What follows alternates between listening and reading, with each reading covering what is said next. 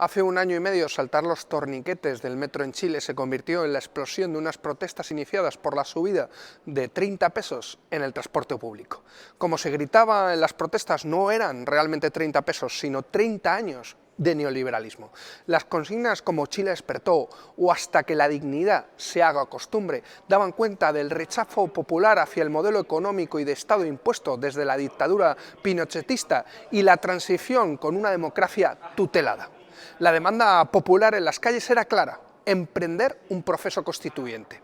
Y este quedó refrendado en el plebiscito del 25 de octubre del año pasado, un año después del inicio de las protestas, y con más del 78% de los votos a favor de una nueva constitución que rompiera con la herencia pinochetista. Esta Constitución será redactada por una convención constituyente y será conformada por 155 ciudadanas y ciudadanos chilenos elegidos en su totalidad por voto popular este próximo 11 de abril. Un escenario de esperanza, pero con muchas incógnitas y con muchos retos, como por ejemplo cuál es el equilibrio de fuerzas sociales y políticas después de un año de pandemia. ¿Qué papel está jugando la élite económica en este proceso? ¿Garantizar cupos para pueblos originarios es suficiente para romper con la exclusión histórica del Estado hacia estos pueblos? ¿Qué oportunidades tiene el feminismo en esta propuesta paritaria de la Convención? O, por ejemplo, si el modelo constituyente podrá cuestionar el neoliberalismo imperante en Chile. De todo esto y mucho más hablamos hoy en Clave Internacional.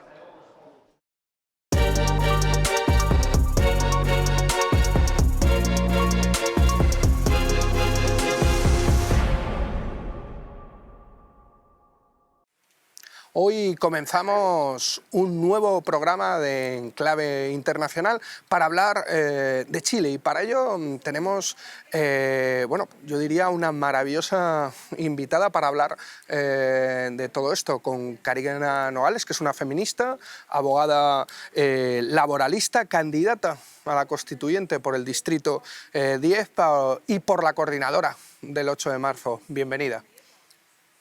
Hola Miguel, muchas gracias por la invitación.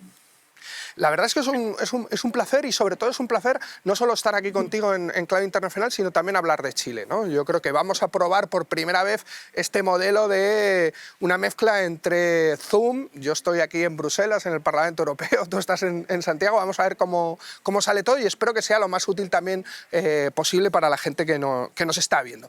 Y hablamos de Chile, entre otras cosas, porque el 11 de abril próximo se vota a las representantes y a los representantes justamente de la Convención Constituyente, a la que te estás presentando. Pero antes de empezar justamente por la Constituyente, a mí me gustaría y me parecería más interesante empezar por el contexto previo, por las movilizaciones que han permitido que en Chile se pueda tener una constituyente, que se haya roto con la herencia tutelada del pinochetismo, sobre todo ahora en donde, por lo menos en España, se intenta repetir un mantra de que solo las conquistas solo se logran en los parlamentos.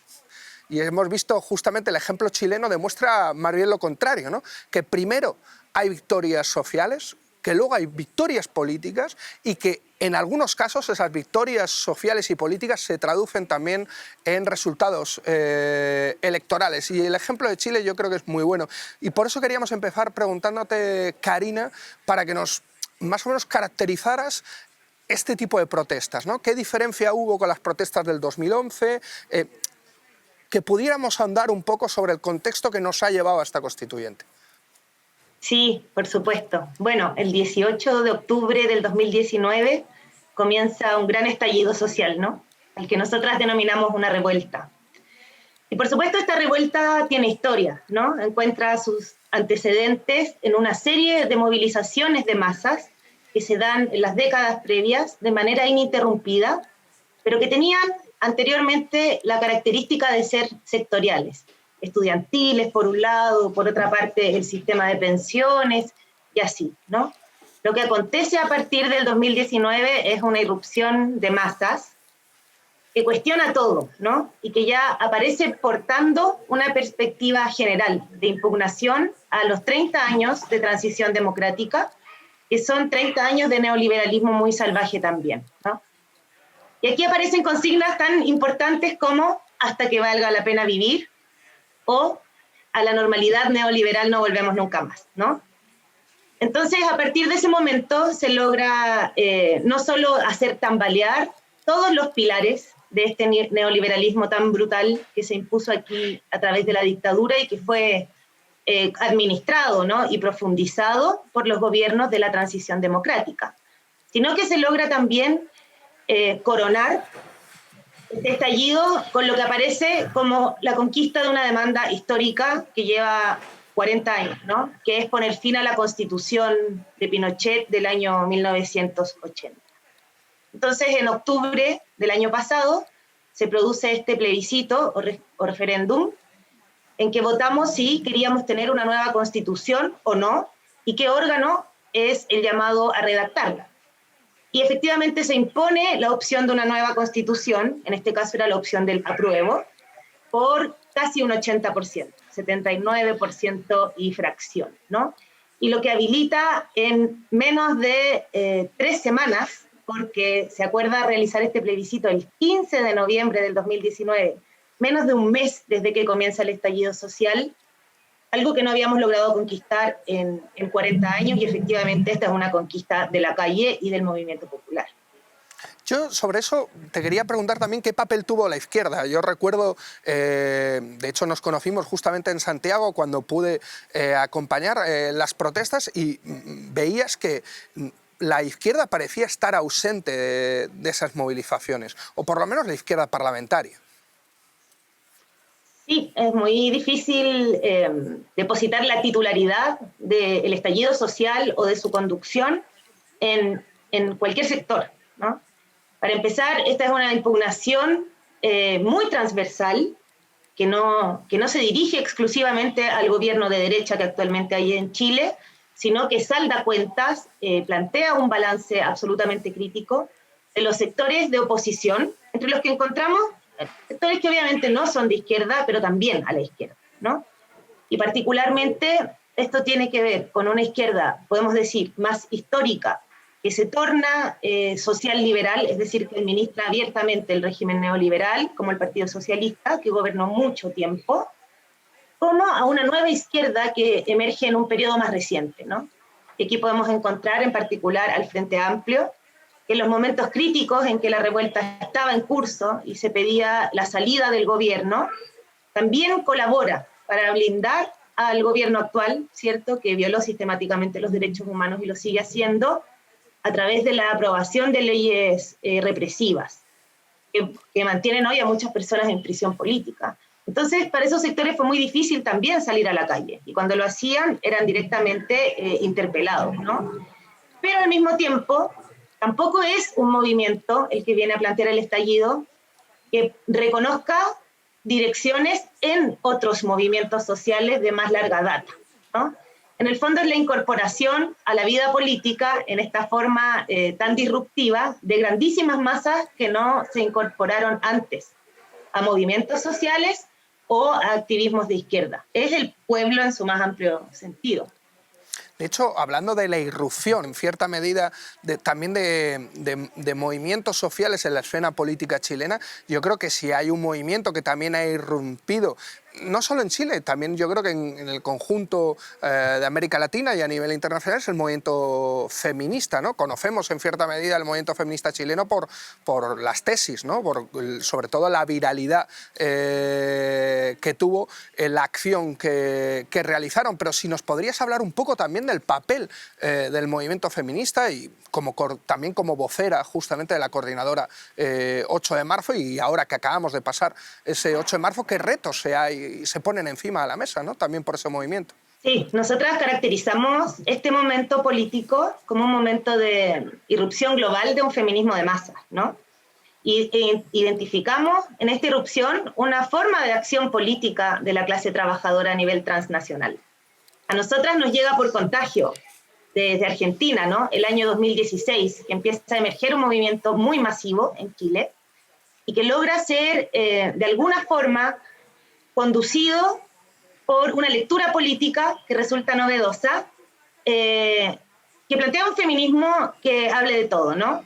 Es un feminismo que nos hace salir a la calle producto de la violencia machista, de la violencia patriarcal, pero ¿cómo vamos a leer las causas de estas violencias, ¿no? Y la lectura que propone un sector del feminismo, que se cristaliza finalmente en la Coordinadora Feminista 8 de marzo, es que estas violencias organizan la vida, que no están depositadas en un lugar específico, y que por lo tanto para erradicarlas es necesario transformar todo, desmontando en primer lugar la estructura neoliberal, ¿no?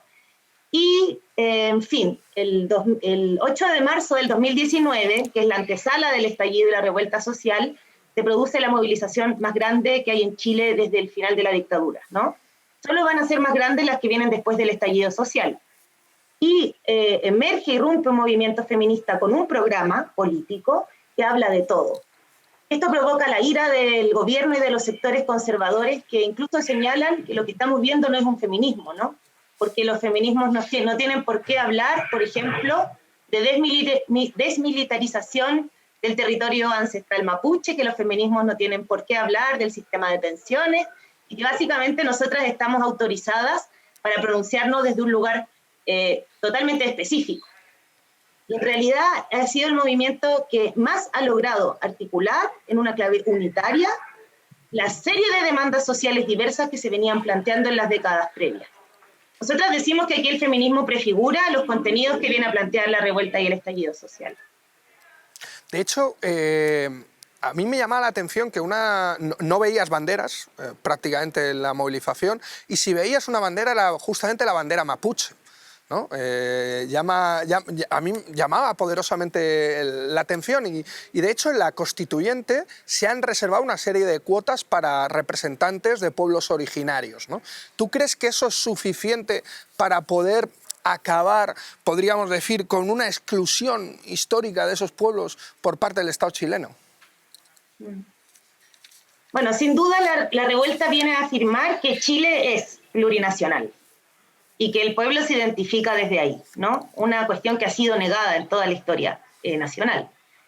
Sin duda, los escaños reservados para pueblos originarios en la Convención Constitucional no son suficientes. El problema que está ahí es la ocupación territorial por parte de las grandes forestales transnacionales que devastan el territorio. Entonces, no se va a resolver por esa vía, pero sin duda es un avance extremadamente importante porque nos interesa, y esto es algo que defendemos transversalmente desde muchos sectores, que se declare a Chile como un Estado plurinacional que reconozca la forma de organización política de los pueblos originarios y que esa forma de diálogo y coexistencia con las formas del Estado chileno, ¿no? Bueno, y de hecho llama la atención que con la potencialidad que tuvieron las movilizaciones, Piñera se mantuviera, ¿no? O sea, un presidente que le declaró la guerra a su pueblo, que sacó al ejército, que no había pasado desde la dictadura pinochetista, todavía se mantenga, ¿no? ¿Cómo se está reorganizando la derecha? Porque la derecha va a plantear y va a plantar batalla en esta constituyente, pero también en las presidenciales de noviembre de este año. A ver, el gobierno de Piñera, que es un gobierno de derecha, no ha podido gobernar tranquilo nunca. Hoy día, de hecho, cumple su tercer año de gobierno, ¿no? Es el aniversario. Desde que entra al poder, se ve entorpecido su programa por las movilizaciones, siempre, ¿no? Y con el estallido social ya básicamente la única forma de gobernar que encuentra es la represión, de manera ininterrumpida. ¿Por qué Piñera se mantiene en el poder a pesar de que el estallido social lo que plantea transversalmente es la necesidad de que este gobierno se vaya? Y aquí es muy importante ligarlo con el proceso constitucional. La derecha en el Parlamento cede a la demanda de una nueva constitución, pero a cambio organiza y ordena a todos los partidos del Parlamento para blindar al gobierno de Piñera y que así no caiga. Y los demás partidos acceden, ¿no? Y eso es lo que está en la base del Acuerdo por la Paz Social. Ese es el contenido de la paz social, del acuerdo que se llama así y que es por la nueva Constitución, ¿no? Y a cambio de esta colosal concesión que siente que está haciendo la derecha, los partidos del Parlamento se comprometen a aprobar la agenda represiva que nos sigue gobernando hasta ahora. Se fue un blindaje parlamentario bastante transversal. Pero, Vimos la emergencia, en cierta medida, de una extrema derecha que tiene además lazos con la extrema derecha española de Vox y que tiene unos lazos directos con la dictadura, pero hay rupturas dentro de la derecha más de Piñera y esa nueva ultraderecha, ¿o van a plantear un frente común tanto para la Constituyente como para las elecciones presidenciales de noviembre? El partido más importante de derecha en Chile es la UDI, la Unión Demócrata Independiente, que vendría siendo el símil del Partido Popular, ¿no? Es un partido abiertamente pinochetista y las escisiones por derecha de ese partido son las que hoy conforman al sector de la extrema derecha, ¿no? Que es el Partido Republicano. Entonces vienen de una familia común en primer lugar. Y si bien han intentado diferenciarse de esos sectores, los partidos de gobierno, para el proceso constitucional conformaron un pacto nacional para competir juntos por los escaños, ¿no? Entonces terminaron ya haciendo frente común ante este escenario, van juntos. ¿Y a las presidenciales irán juntos o no se sabe todavía? Porque el Partido Comunista, ¿no?, y el Frente Amplio también han hecho un acuerdo para ir juntos a esta constituyente, ¿no? A ver, en la última elección presidencial, el líder de la extrema derecha, José Antonio Kast, compitió como precandidato, obtuvo el 9% de los votos, que es bastante, porque es una cuestión absolutamente nueva. Por supuesto perdió y se alineó públicamente con el gobierno de Piñera tras ser vencido, ¿no? Yo creo que es muy posible que compitan nuevamente solos con una propia candidatura presidencial, y que en caso de que llegue a ganar la derecha, lo que parece improbable, se volverían a alinear para cogobernar, ¿no? En cierta medida, antes hablábamos, y yo quería retomarlo por ahí, que la constituyente acaba con una democracia tutelada, acaba con una constitución pinochetista. Yo creo que eso en sí mismo es una victoria del movimiento popular, que ya nos gustaría tener en nuestro país, el poder todavía acabar con la impunidad del franquismo y todavía de una democracia de baja intensidad tutelada, como es el caso chileno. Pero, ¿qué podemos esperar más de esta constituyente?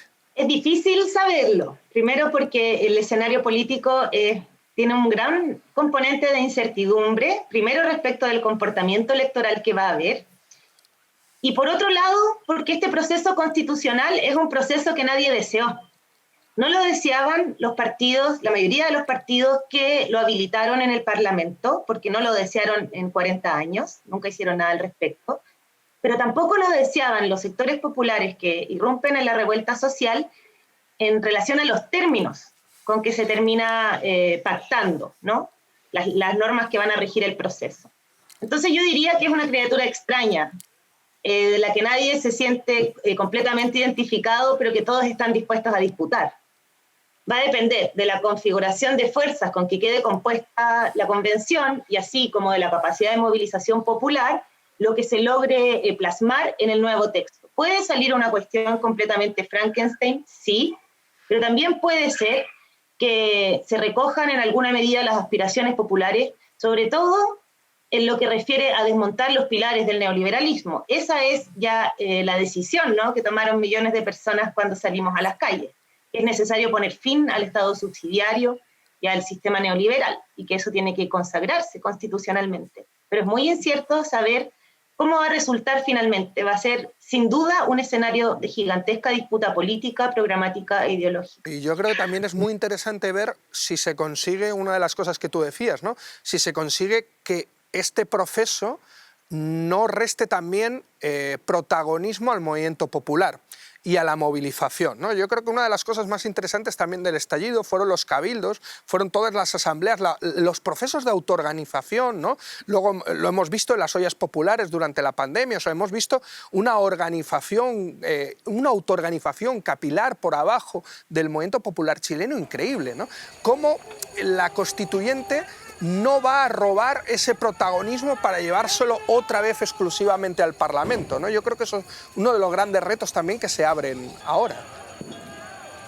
Sí, ese es el otro proceso, el que tú mencionas. Nosotras denominamos así el proceso constituyente, que tiene que ver ya no con redactar una constitución, sino con cómo el pueblo y los sectores populares están constituyéndose a sí mismos como sujetos colectivos capaces de afirmar una alternativa de otra sociedad, ¿no? Una alternativa propia. Y ese ha sido un proceso de politización muy importante que está en curso y que de manera capilar, como decías, está dando lugar a deliberaciones políticas que no nos había tocado pensar antes, ¿no?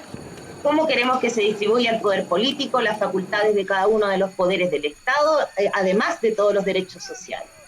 ¿Cómo van a poder comunicarse esos espacios y alimentar la deliberación que se da ahí con la Convención Constitucional? Primero va a haber una batalla para el reglamento, ¿no? Para confeccionar el reglamento de cómo va a funcionar esta convención. Esa va a ser la primera batalla que se va a dar en ese espacio. Hasta dónde va a permitir formas de participación popular directas y vinculantes. Va a ser una batalla muy difícil. Pero aún así, si no se logra recoger esos mecanismos de democracia directa en el reglamento de la convención, los y las candidatas de los movimientos sociales y de los sectores de izquierda, honestamente, antineoliberales, ya estamos proponiendo una serie de mecanismos que alimenten para uno y otro lado los debates dentro y fuera de la convención, no solo a través de la movilización, sino de la deliberación política de amplios sectores. Eso pasa por pensar incluso en referéndums o plebiscitos autoconvocados, como en reuniones periódicas de rendición de cuentas y de retroalimentación en los territorios, ¿no?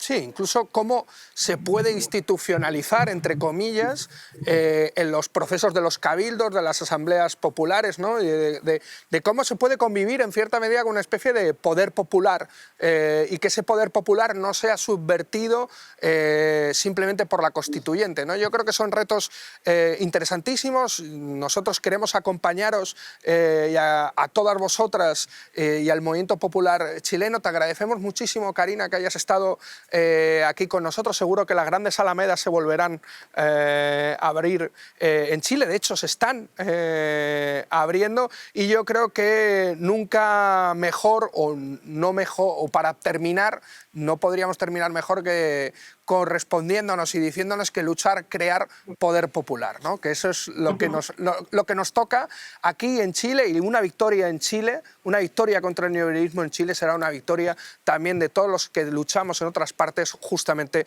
contra este sistema. Muchísimas gracias y mucha suerte en este proceso tan interesante, Karina. Gracias, Miguel. Que esté muy bien.